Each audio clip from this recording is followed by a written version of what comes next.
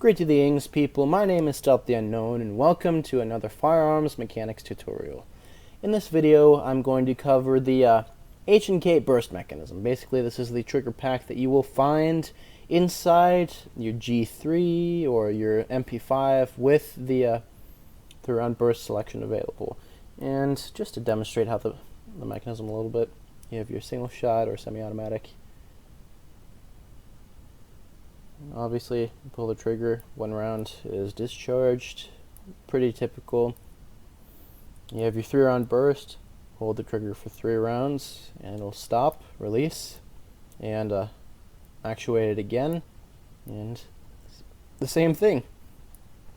Then you have automatic. Obviously, your fun switch, you just hold this down, and it'll keep going. And so, what's neat about this mechanism in comparison to the Eugene Stoner mechanism that I explained in my first 3-round burst tutorial is this one resets, whereas the Eugene Stoner one does not. So your M4, if you fire 2 rounds, you release the trigger early, you only get 1 round the next pull. This one resolves that issue. So you fire 1, 2, release, and it resets, so you get 1, 2, 3, release. Let's say you just fired 1, just tap it 1. You still get 1, 2, 3. Eugene Stoner mechanism does not do that. This one also, something I've seen is people say that there's weapons that will fire all 3 rounds if you release the trigger. That's not true. There's no weapon I've ever heard of that does that, because to me, mechanically and from an engineering standpoint, that is a liability. You have a mechanism that is preventing the release of the trigger from actually stopping the firing. So that could result in, if you have that mechanism go off in full auto, you could have a runaway machine gun, and that is never fun, never safe. And in 3-round bursts, if that mechanism fails to disengage, you basically have an expensive paperweight. You basically have something that, unless you go inside and take it apart and fix whatever jam is causing that piece not to reset, or fixing that piece, you basically have a firearm that doesn't work. You fire 3 rounds and it'll just stop. No matter how much you actuate the trigger, it wouldn't affect anything. You just have a gun that stopped firing. Anyway, let me get into starting to explain the mechanism. Basically, I'll start off with semi-auto as I did in the other video. I'll move on to full auto after that, explain all the mechanisms behind that, and then I will show you the jumble of parts that make up burst in this little trigger pack and try to explain them to the best of my ability. Anyway, see you in the next segment. Okay, now let me go ahead and explain semi-automatic fire to you on the H&K G3 or MP5 lower. The idea behind this is that every time you pull the trigger, 1 round will be discharged and you have to release and actuate the trigger again to fire another round. And this is to provide the operator with a controlled single shot capability to place rounds accurately on a target. So to explain the mechanism in detail, you have your trigger here. Obviously, this is your trigger. Then here you have your selector axle, and this part will actually the trigger will rotate up, and this part of the trigger will actually engage in the selector axle, and the selector axle will prevent it from rotating too far. And the reason for that is the only thing on a 3-position lower that would be semi-automatic and full auto, as well as safe. The only difference between those mechanically when you flip the selector is the travel of the trigger. The further the trigger travels, the distance the trigger travels determines whether it's semi-automatic or fully automatic on a fully automatic lower with no 3-round burst mechanism, or even one with. But the concept here is that the selector prevents the trigger from being pulled all the way, and that prevents this piece, the sear, from being pushed up by this piece even further to disengage the hammer. So basically what's going on when you're pulling the trigger on a semi-automatic lower is that there's a little shelf right here. The physics on this is kind of clipping them into each other a little bit. That's no big deal. But the idea is when you pull the trigger, this part of the trigger, this little shelf, is pushing up on the sear, and it's providing torque to rotate this piece up and this part down. This interface right here holds the hammer back. And so when you pull the trigger, it slips it down, and you can kind of catch what happened there. The sear stepped back up, and the reason for this is there's a little spring inside here that pushes the sear forward, and you notice that the axle here, this is the trigger axle, which houses, or which the trigger and the sear rest on, and the hole for the sear is actually a little eccentric, so it actually has a little bit of play back and forth. If you pull the hammer back a little, the sear actually plays back and forth just a little bit. And this is actually to allow the disconnect function. This is how it actually disconnects. You notice that on the Eugene Stoner design there was a hook type disconnector. On this one it's a slipping disconnect. And so when you're pulling the trigger, let me go ahead and slow down the simulation a little bit. When you're pulling the trigger, this part pushes up on the back of the sear, and then as the trigger is held, the hammer obviously slips past the sear, and you'll see, boom, it slips past it, but then the spring pressure pushes the sear forward again, causing the tail of it to slip off of that shelf and drop down. When it drops down, the nose of the sear drops back up to engage the hammer when it's cocked again.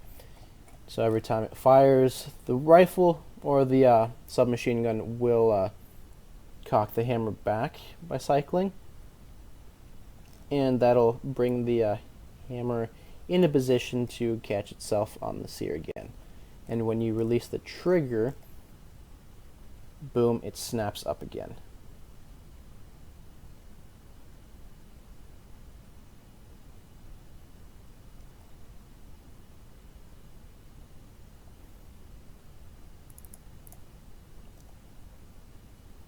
I'm getting a lot of lag.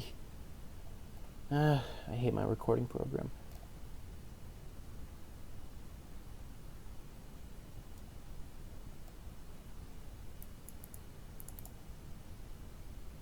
So you see how that works. Just the sear slips because it plays back and forth a little bit. It floats back and forth a little bit, and that allows it to detach from the trigger basically. And by releasing the trigger, the hammer spring actually provides the pressure to push the sear back over that interface on the trigger. So that's how your semi-automatic trigger works. Let me go ahead and move on to full auto. Okay, now that we have figured out semi-automatic, let me go ahead and show you how full auto works. And the idea behind it is actually relatively simple. As I said earlier, the only thing that prevents the trigger from going back far enough to make it full auto, well, I'm sorry, the only thing that prevents it from going full auto is the selector axle, which just prevents the trigger from being pulled back all the way. And so what this does is the trigger is rotated, the selector is rotated enough to allow this piece to be moved out of the way. Now the trigger can be pulled all the way to the back, and when it is, this happens. As you can see, similar to the Odyssey on the Eugene Stoner design, it simply holds the hammer back until the bolt slams shut, and that's just to hold the hammer back long enough so that when it does drop, it strikes the pin full force and the bolt has had enough time to go into battery. That's the only purpose the Odyssey has. It's kind of a safety / consistency mechanism, if you will. Because without it, the hammer would just ride the bolt forward and it wouldn't fire. Basically, if anything, you'd get a light strike. And that would be not enough to even set off the primer in most cases. And in cases where it is enough to set off the primer, you have a huge problem because you could be firing out of battery, and that would result in some kind of catastrophic failure. basically turning your rifle into a pipe bomb. And that is never fun. I wouldn't want to hold a pipe bomb to my face and blow it up. So if you have a full auto, this guy is kind of important. So what's going on here is, let me slow this down just a hair.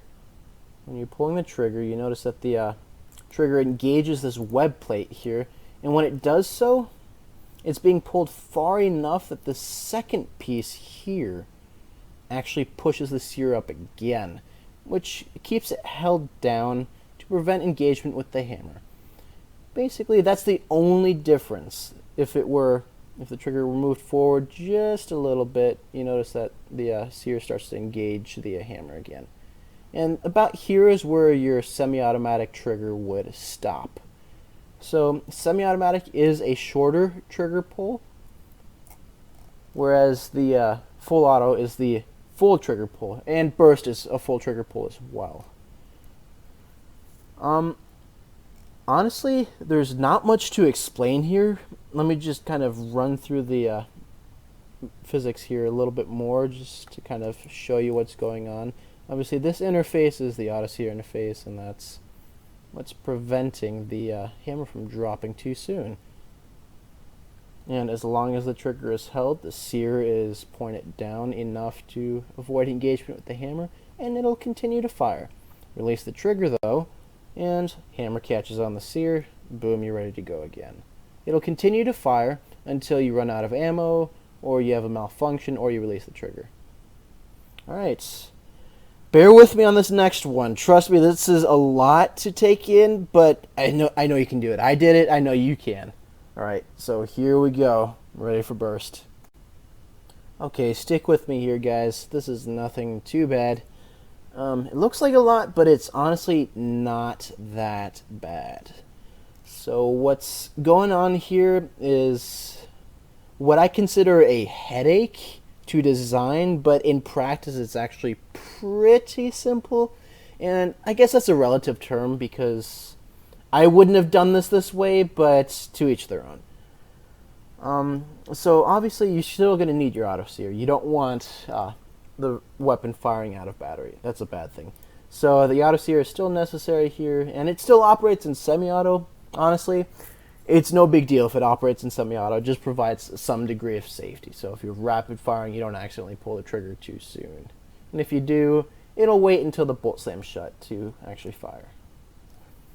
So what's going on here? Let me kind of explain some of the parts. This piece right here is basically just a holdback bar. This will hold back this piece, the counting wheel, until the trigger is released, and it'll keep it from reversing on its own. Because it is under spring pressure. This piece right here is sitting on an axle here with the auto sear. There's a spring here that's pushing against this, which also rotates this down and up. And this piece is actually your actuator. This actuates the this little cam here back and forth, and going this way, it glides along these teeth here. Going this way, it actually indexes them one tick every time it goes back and forth. And so there's the axle here that this piece sits on, and this is static. It's fixed on the trigger. So when you pull the trigger, boom, that's what happens. So let me kind of slow this down and show you exactly how every piece is working. Right here, what you've got is an eccentric bushing. This is the axle that the hammer sits on, and the bushing is offset just a little, and it's part of the hammer. It's an individual piece, but it's a little offset from the hammer's axle center, so it actually oscillates a little bit. And this oscillation, which is transferred to this piece, which actually sits on that bushing. And so as it rotates back and forth, you see it oscillates, this piece oscillates, and then it cams this back and forth. Spring pressure pushes it forward and rotates it up. When you release the trigger, this axle pushes down this, which will release this, as well as push this down, which will get it clear as well. So as you see, this is just to hold it back and prevent it from reversing. Otherwise, let me see if I can pull it down. That happens. So that's odd. So in this mode, you see it just keeps going and going. It wouldn't do anything with burst. And so this piece is necessary to just hold the counting wheel back. It's a hold back bar. And so what's actually going on, what actually trips the mechanism and discontinues the firing, are these pieces right here. And this is just representative of a surface on the inside of the cam that actually pushes this back. And this thing is, this piece is spring-loaded, and it rotates back like that. Oops.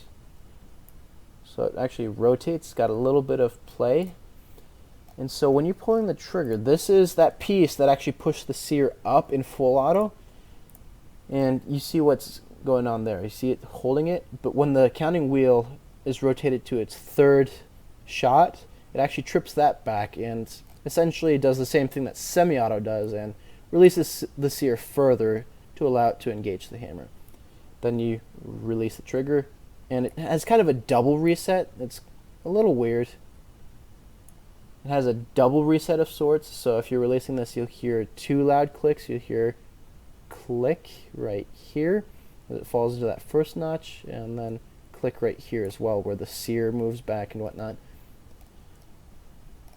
And that's basically how that works. So all that's happening, hammer goes forward, which acts on the eccentric bushing, which pushes the operating rod or the shifter rod back. That in turn engages in these teeth and shifts the counting wheel one tick of rotation at a time, and this piece is just to hold it back. When you release the trigger, that axle engages on these two surfaces right here to push them down and get them clear of the counting wheel. So the only thing that's keeping automatic fire from going into 3-round burst when you set it to auto is there's another cam on the selector axle that actually pushes against this to prevent the shifter rod from even operating. So that's this is basically what's happening. You're actually preventing the shifter rod from making the counting wheel rotate. If that piece weren't there, your auto would work like this. It'd go 3-round burst. And so one of the things that you can find is a 2-round burst, and that's actually pretty simple. The surface is just a little bit farther forward, and it trips this 1 round earlier. And so that's how a 2-round burst would work. And the concept, pretty simple.